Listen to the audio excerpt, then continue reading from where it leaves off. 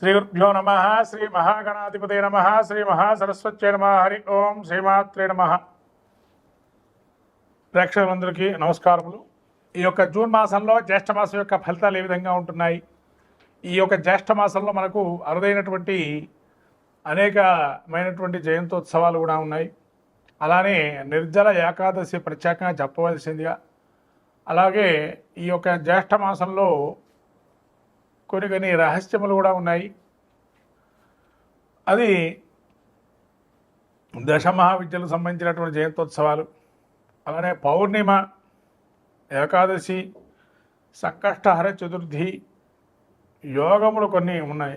ఇటువంటి విశేషమైనటువంటివి ఈ జ్యేష్ఠ మాసంలో కూడా మనకు కనబడుతున్నాయి.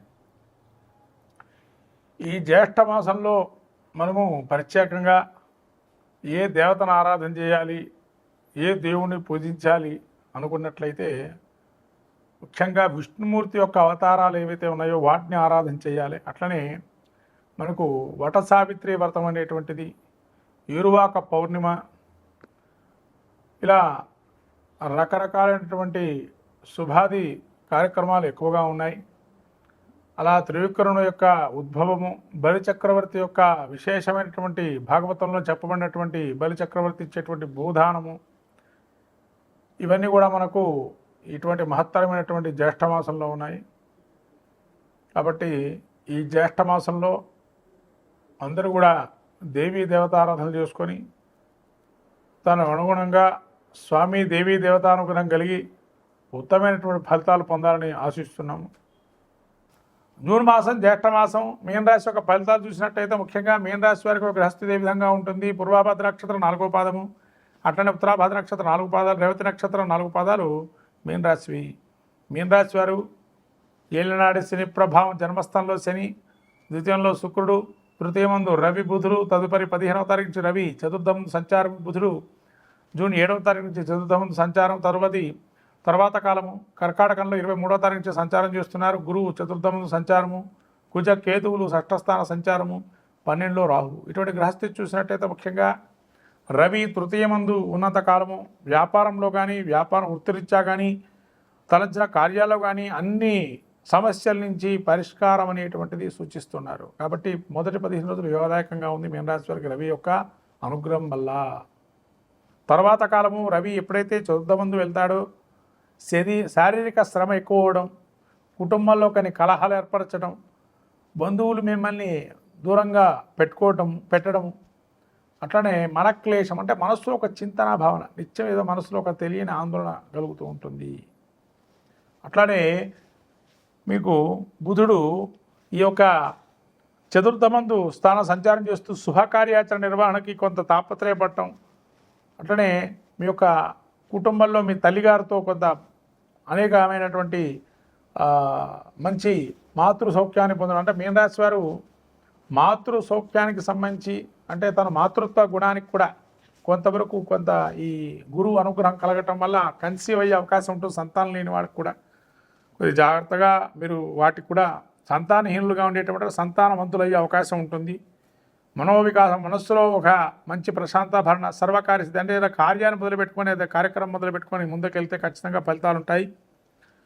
కొంత అకారణ కలహాలు ఉంటాయి, వాటికి దూరంగా ఉండడం మంచిది. రాబోయే జూన్ చివరాంకంలో కొంత అనారోగ్యం, తీవ్రమైన అనారోగ్యాన్ని ఉంటుంది. ఆ అనారోగ్యం నుంచి బయటపడే అవకాశం చూసుకోండి. అట్లనే గురువు మీకు చతుర్థమందు సంచారం చేస్తూ కొంత దుర్వార్త శ్రవణం వినటము, అట్లనే స్థానప్రవేశం, ఉన్న చోట నుంచి ఇంకో చోటుకి మారుదాము, ఇక్కడ మనకు అయితే కలిసి రావటం లేదే, ఒక మనసులో ఒక భావన ఉండడం. ఎవరినైనా కూడా ఏదైనా అడిగితేగా తెలిసేది. అంటే ఆకలిసినప్పుడు అమ్మైనా అన్నం పెట్టదు అని అంటారు. అంటే మనకు ఆకలి ఉంది అంటే మనం పోయి అడిగితేనే పెడతాం. అట్లనే ఏదైనా బాధ ఉంటే అది చెప్పుకోవడంతో బాధ తీరుతుంది, కానీ మనస్సులో పెట్టుకోవటం వల్ల బాధ తీరటం అనేది సహజం కాదు. కాబట్టి అది నిగ్రహంగా మీరు మీ యొక్క బాధను తెలపటం వల్ల కొంత కష్టాన్నించి బయటపడే అవకాశం ఉంటుంది. అది గ్రహించాల్సినటువంటి ఈ యొక్క విషయం మీనరాశి వారు. అందులో జన్మంలో శని కూడా ఉన్నాడు కాబట్టి కొంత వ్యతిరేకత ఎక్కువ ఉంటుంది. తలనొప్పులు అంటారు, ఏదైనా కార్యం మొదలు పెడితే కూడా ఆటంకాలు ఏర్పరచటం, అట్లా 12లో రాహు ఉన్నాడు. విదేశీ ప్రయత్నాలు యోగదాయకంగా ఉంటాయి, విదేశీ వ్యాపారాలు యోగదాయకంగా ఉంటాయి. అంటే నిద్రలేమి రాత్రులు గడుపుతారు, ఎందుకంటే మానసికమైన ఆలోచన టెన్షన్. కాబట్టి రాహు కూడా 12లో ఉన్నాడు. నిరాశ నిస్పృహలు ఒకటి ఎంత చేసినా మనం ఇంతేనా, పేరు లేకపోవటమా అని ఒక మనసులో ఆందోళన భావన కలుగుతుంది. కుజుడు షష్టంలో ఉండడం వల్ల ఏదైనా సత్కళా కాలక్షేపాలంటే మీకు నీతిగా ఉండే కథలు భాగవతం కానీ అట్లాంటి మంచి పురాణ ఇతిహాసాలకు చదువుకోవటం, అలానే ఇష్టకార్య సిద్ధి, అలంకార ప్రాప్తి, అలంకారాలు కూడా చాలా అద్భుతంగా ఉంటుంది. మీకు కావాల్సినంత విధానంగా మీరు అలంకరణ చేసుకుంటారు, సభా గౌరవాన్ని పొందుతారు. కుజుడు ఒక యోగదాయకంగా ఉన్నాడు. ఇప్పటివరకు ఇబ్బందులు కలుగజేశాడు, కానీ ఇప్పుడు మీకు కుజుడు యోగప్రదంగా ఉన్నాడు. స్త్రీలకు అందుకనే సంతానం లేని వాళ్ళకి, స్త్రీకి ఖచ్చితంగా సంతానానికి ముందర పోయే అవకాశం ఉంటుంది. సంతానవంతులు అవ్వండి. ఈ యొక్క మీన రాశి వారికి జూన్ మాసం నుంచి కొంత మంచి ఫలితాలు ఉన్నాయి. ఖచ్చితంగా సంతానం లేనటువంటి వారికి సంతాన యోగ్యదాయకంగా ఉంటుంది. అట్లనే శుక్రుడు మీకు ఏ విధంగా ఉన్నాడయ్యా అంటే ద్వితీయ స్థానంలో ఉన్నాడు. కాబట్టి రతి క్రీడల్లో అద్భుతంగా సంతోషకరంగా ఉండడం వల్ల సంతానవంతులు అవుతారు. ధనకనక వస్తు లాభాలు ఉంటాయి. అనేకమైనటువంటి కీర్తి ప్రతిష్టలు, ఆ విధంగా అకారణమైనటువంటి కొట్టాటలు మాత్రం ఉంటాయంటే నూతనమైన పరిచయాలు ఏర్పడటం, అట్లాంటి వాటితో కొన్ని ఇబ్బందులు కలిగే అవకాశం ఉంటుంది. కాబట్టి సంతానవంతులు కావడానికి సందేహమే లేదు జూన్ మాసంలో అని చెప్పారు. రాహు 12లో ఉండడం వల్ల నేత్ర బాధలు ఉంటాయి. అట్లే శని జన్మస్థానంలో ఉండడం వల్ల కొంత భార్యాపుత్ర విరోధాలు, అంటే ఎంత విరోధులుగా ఉన్నా కూడా, భార్యాపుత్రాది విరోధులుగా ఉన్నా మరి సంతానానికి ఏమొస్తుందండి? మరి మీరేమో ఇట్లా జన్మంలో శని ఉన్నారంటున్నారు, సంతానం ఏం కలుగుతుందని అంటే ఖచ్చితంగా కలుగుతుంది. కర్మానుసారేణ అంటే కర్మ పరిపక్వత చెందాలి అని అంటే శని అనుగ్రహం కూడా ఉండాలి. కొంతమందికి శని పాలిత రాసులు ఉంటాయి, గురువు పాలిత రాసులు ఉంటాయి.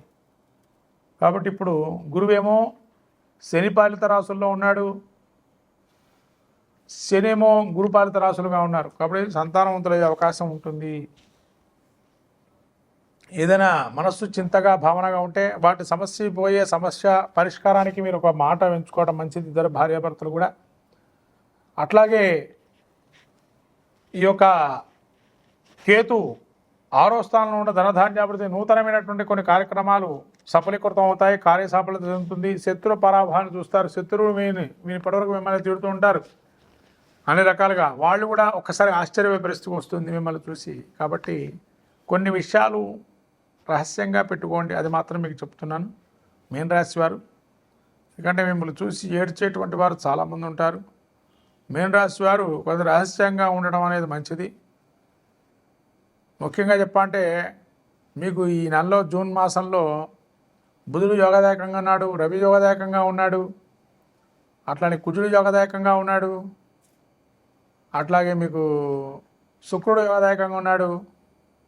ప్రతికూల గ్రహాలు ఏమిటంటే ఒక గురువు, అట్లాగే శని, రాహు, ఇవి ప్రతికూల గ్రహాలు. మిగతా అన్ని గ్రహాలు తాత్కాలికమైనటువంటి సంచారం చేస్తున్న గ్రహాలు అనుకూల ఫలితాలు ఇస్తున్నాయి మీన రాశి వారికి. కానీ అద్భుతంగా ఉంది. రాజకీయ నాయకులు, సినీ ప్రముఖులు అవకాశాలు వస్తే వాడుకోవడం మంచిది.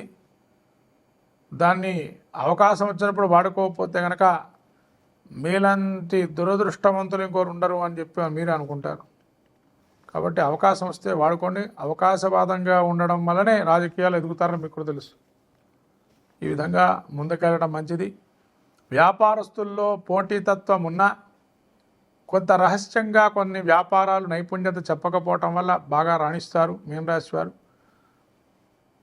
కాబట్టి నైపుణ్యంగా ఆలోచన చేయండి, లాజికల్గా చేయండి. వాళ్ళకి ఏదో నిజాన్ని బయటపెట్టినట్టుగా చూపించండి. మీ మనస్సులో ఉన్నటువంటి అసలైన నిజాన్ని మీ మనస్సులో దాగించుకోండి. ఇది మీన రాశి వారు ఈ జూన్ మాసంలో చేయాల్సినటువంటి పరిస్థితి. ఈ జూన్ మాసంలో ఇంకా మంచి ఫలితాలు పొందడానికి నవగ్రహ స్తోత్ర పారాయణం, గ్రహపీడార స్తోత్రం కానీ, అట్లానే జన్మలో శనిన్న కలియుగ వెంకటేశ్వర స్వామి నిత్యము కూడా వెంకట అష్టోత్తరం కానీ, స్వామివారి ప్రపత్తి కానీ తులసీమాలతో ధారణ చేసినా కూడా సాలగ్రామ తీర్థం తీసుకోవటం వల్ల మంచి ఫలితాలు అంటే శని యొక్క అనుగ్రహం సంపూర్ణంగా ఉంటుంది. మీన రాశి వారికి సంతానవంతులు కూడా అవుతారు. కాబట్టి కుజుడి యొక్క అనుగ్రహం పొందడం మళ్ళీ సుబ్రహ్మణ్య స్వామి క్షేత్ర దర్శనం చేసుకోండి. మీ ఇంటి దేవాన్ని దండం పెట్టుకొని మొక్కుబడిగా పెట్టుకొని ఖచ్చితంగా మొక్కు కట్టుకొని చేస్తే అన్ని పనులు సఫలీకృతం అవుతాయి మీన రాశి వారికి. శుభం భూయాత్. శ్రీమాత్రే నమః.